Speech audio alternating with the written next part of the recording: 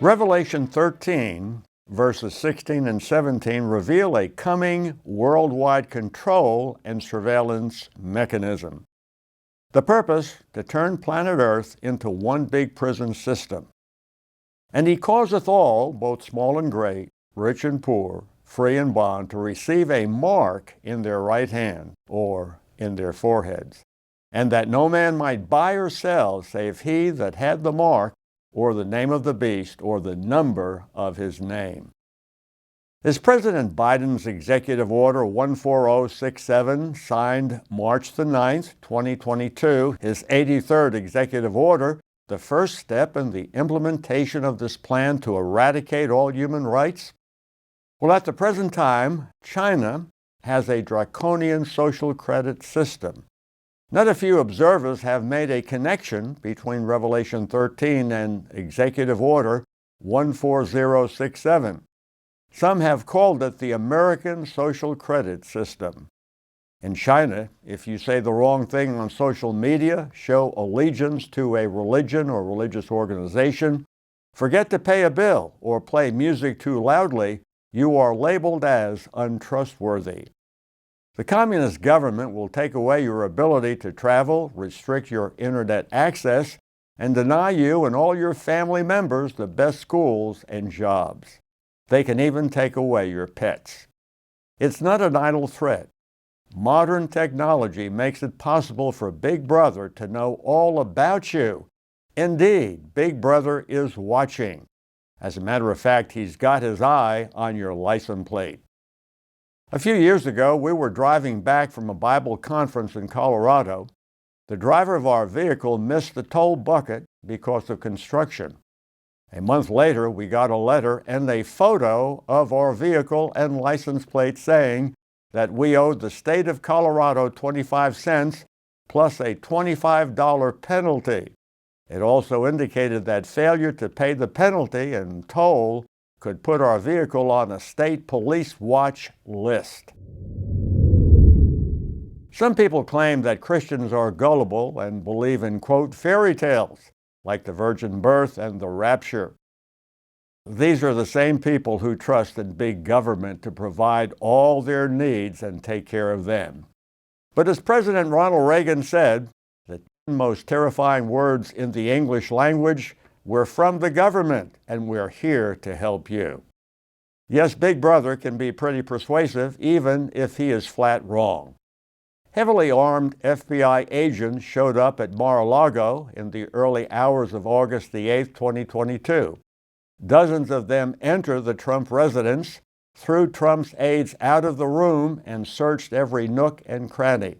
They even went through Melania's personal items to her chagrin. They were looking for top-secret documents. In the weeks that followed, major media published one article after another, quoting unnamed sources at the Justice Department on what they found. Trump has nuclear codes. Trump is going to give classified material to Putin, etc., etc. But on November the 14th, the Washington Post confessed they were all wrong. Quote, the review has not found any apparent business advantage to the types of classified information in Trump's possession. FBI interviews with witnesses so far, they said, do not point to any nefarious effort by Trump to leverage, sell, or use the government's secrets, close quotes. If you feel you're being watched and spied on, it's because you are. On any given day, the average American going about his daily business will be monitored, spied on, and tracked in more than 20 different ways by government and corporate eyes and ears. And if you are a Christian, those who are doing the spying and watching do not have your values. We are in the process of becoming a totalitarian society in which the state is God.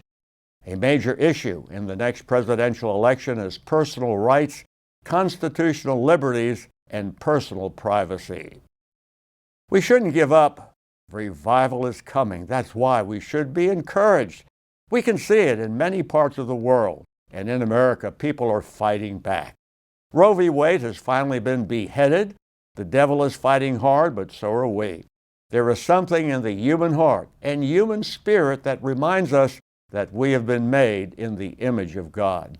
We definitely see increasing lawlessness, but we also see an awareness of how our woke culture is on a self-destructive course. We're still living in a culture of death, but two recent developments are worthy of note. On Friday, November the 18th, it was announced that more than 36 countries have expressed support for a document supporting the sanctity of human life. Can you imagine that? Kazakhstan has become the 37th nation to sign on to the Geneva Consensus Declaration, a document that explicitly affirms that there is no international right to abortion.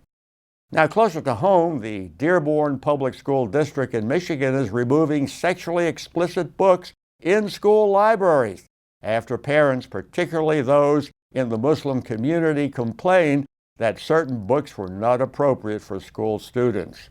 Also in Michigan, a lawsuit challenging a scheme to suppress the First Amendment-protected speech of pro-life protesters has found victory.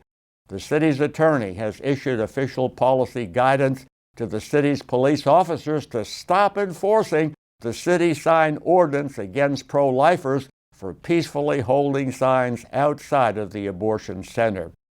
The lawsuit, on behalf of the pro-life interest, had been filed against East Point, Michigan, and several city officials for violating the civil rights of those who were protesting on a public sidewalk near the Eastland Women's Clinic. Now let's move on to a bit of sadness from a tragedy that we wholeheartedly condemn. An armed attacker opened fire at a gay nightclub in Colorado late in the evening of November the 19th. The shooting killed 5 people and injured at least 18 others. Patrons at the gay nightclub were able to subdue the shooter. Colorado Springs Police Deputy Chief Adrian Vasquez said, quote, "The suspect entered Club Q and immediately began shooting people inside. The shooter was reportedly armed with 2 guns, including a rifle. Club Q was set to hold an all-ages brunch, musical drag brunch, the next day. The shooter, 21-year-old Anderson Lee Aldridge, had been taken into custody." This indeed was a senseless killing, and it cannot be justified. Unfortunately, there are those who blame Christians for creating a climate of hate against homosexuals, just as gay leaders sought to blame focus on the family and biblical values for the murder of Matthew Shepard in Wyoming in October of 1998. While we do not believe that the gay lifestyle is sanctioned by God, the God of the Bible, it is also true that Christians believe that only God can change hearts, and He doesn't do it with acts of violence. We condemn acts of violence against any group, organization, or people group. We would pray that every believer in Christ would act as salt and light in days of darkness and confusion. We do not battle against people. We battle against the forces of darkness.